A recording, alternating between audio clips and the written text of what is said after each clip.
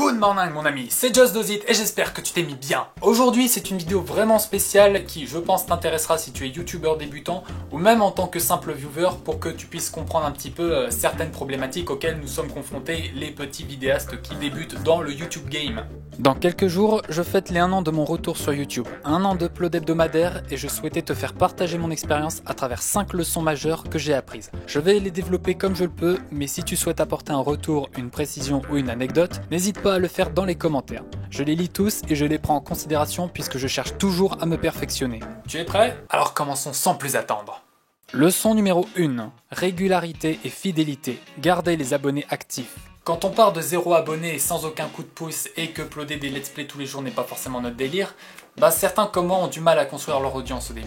Et quand on stagne en nombre d'abonnés, le moins que l'on puisse faire, c'est de ne pas en perdre. Donc quand tu as des abonnés qui interagissent, notamment en commentaire, il faut les accueillir aux petits oignons et avec plus original que dire juste merci. Tu n'as pas encore trop d'abonnés à gérer, donc il faut faire ça bien. Un abonné qui se sent impliqué, c'est un abonné qui revient. Et avec parfois mieux, j'ai eu en effet quelques messages de gens me disant sur Twitter qu'ils regardaient mes vidéos avec leurs potes. Et c'est gratifiant puisque le bouche à oreille, c'est un bon départ quand tu ne peux pas compter sur le référencement YouTube.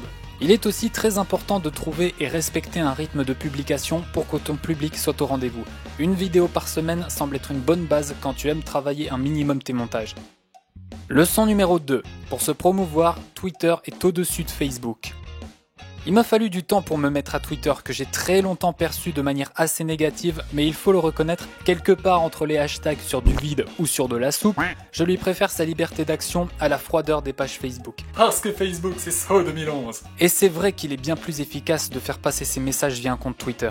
Alors certes, il faut travailler son personnage et faire attention à ce qu'on dit, mais les fans ont une sensation de proximité bien plus forte et ça rejoint ce que je t'ai dit dans la première leçon. Je sollicite souvent mes followers quand j'essaie de nouvelles dosettes, c'est comme ça que j'appelle ces petits bonhommes là. Et ça maintient un échange de façon beaucoup plus marquante que sur Facebook. Mais lorsque tu souhaites contacter un plus gros youtubeur, ça devient plus compliqué. La plupart d'entre eux sont spammés de mentions pas toujours pertinentes par leurs fans, au point qu'il est parfois difficile de retenir leur attention. C'est pour ça que si tu souhaites collaborer, il faut que tu aies l'air un minimum crédible, que ce soit sur ton projet ou sur ta personnalité. Et ça se travaille sur la durée, ça aussi.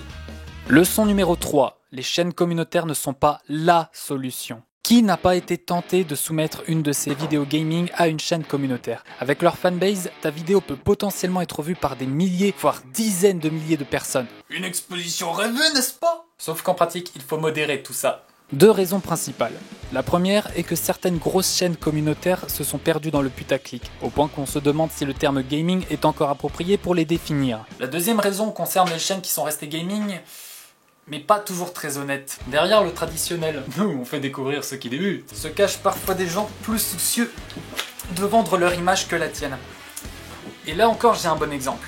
En janvier dernier, j'ai sorti une vidéo intitulée GTA 5 Most Epic Glitch Ever. Non, ce titre n'est absolument pas putaclic. Et je l'ai soumise à plusieurs grosses chaînes communautaires. Elle a été réuploadée par l'une d'entre elles et y a été visionnée plus de 15 000 fois. Combien d'abonnés ai-je gagné? À peine une trentaine. 15 000 vues, 30 abonnés. Vous ne trouvez pas qu'il y a un problème? Moi aussi. Et il ne m'a pas fallu bien longtemps pour comprendre pourquoi une si faible rétribution. J'ai revu la vidéo sur cette chaîne et sa mise en forme m'a fait tiquer. Le gérant a viré mon générique pour y mettre ses intros et outros et la seule mention faite à ma chaîne se trouve tout en bas de la description. Noyé sous un flot de liens non pertinents dans ce cas et avec des liens partenaires qui ne sont même pas les miens. C'est limite à se demander si c'est encore ma propre vidéo. La promotion des débutants. Mon gars, elle a plutôt bon dos ta promotion. Après, cela reste un levier efficace quand tu as du mal à progresser, je ne dis pas le contraire. Je dis juste qu'il ne faut pas en attendre monts et merveilles, car le rapport sera bien souvent très relatif. Leçon numéro 4. Le gros youtubeur, l'accélérateur de croissance. Alors là, c'était un peu particulier parce que c'est un enseignement que j'ai noté, mais dont je n'ai pas pu vraiment profiter. YouTube est une plateforme communautaire. L'idée n'est pas que les créateurs restent chacun dans leur coin, mais qu'il y ait des interactions entre eux. Comme dit précédemment, se faire remarquer en bien par un gros n'est déjà pas chose aisée. Alors être mis en avant par ce même gros, je vous raconte même pas. Soit tu es mis en relation grâce au réseau que tu as construit, soit tu profites d'une opportunité communautaire. Dans cette optique, j'avais participé au défi d'Amixem consistant à faire les meilleures intégrations de fond vert. La récompense, voir son nom cité dans une vidéo vue près de 4 millions de fois à ce jour. Malheureusement, mon montage n'a pas été diffusé et c'est peu dire que je l'ai eu mauvaise. Je ne voudrais pas faire preuve de fierté mal placée, mais au vu de la qualité de mon montage et de ce retenu dans la vidéo finale, je pense que ma place n'aurait vraiment pas été volée. D'autant plus que c'est un coup de pouce qui a bien profité aux participants relayés. C'est comme ça.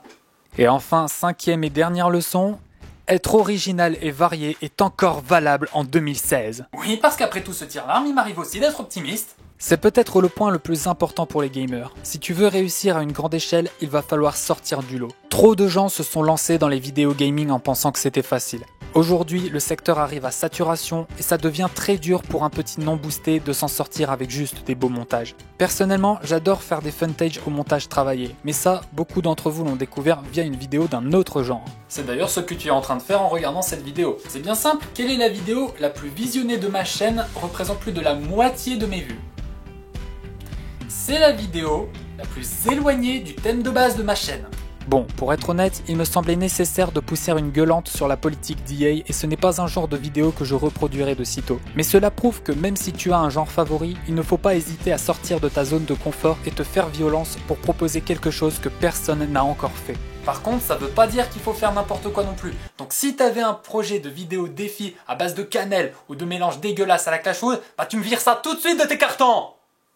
Blague à part, fais bien attention à ce que tu dis ou fais. Tu ne sais jamais jusqu'où peut remonter une vidéo. Je pense que ces 5 enseignements t'aideront à voir plus clair et à mieux te représenter la difficulté de commencer dans le gaming sur YouTube. Mais ils doivent surtout te permettre d'avancer plus facilement, car c'est en ayant conscience de ces vérités que tu progresseras.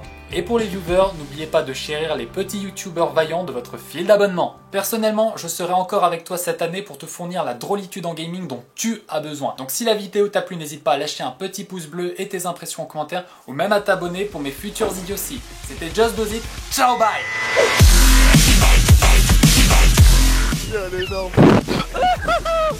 Dans mon film, j'ai vu un Africain affamé qui se changeait en cortège.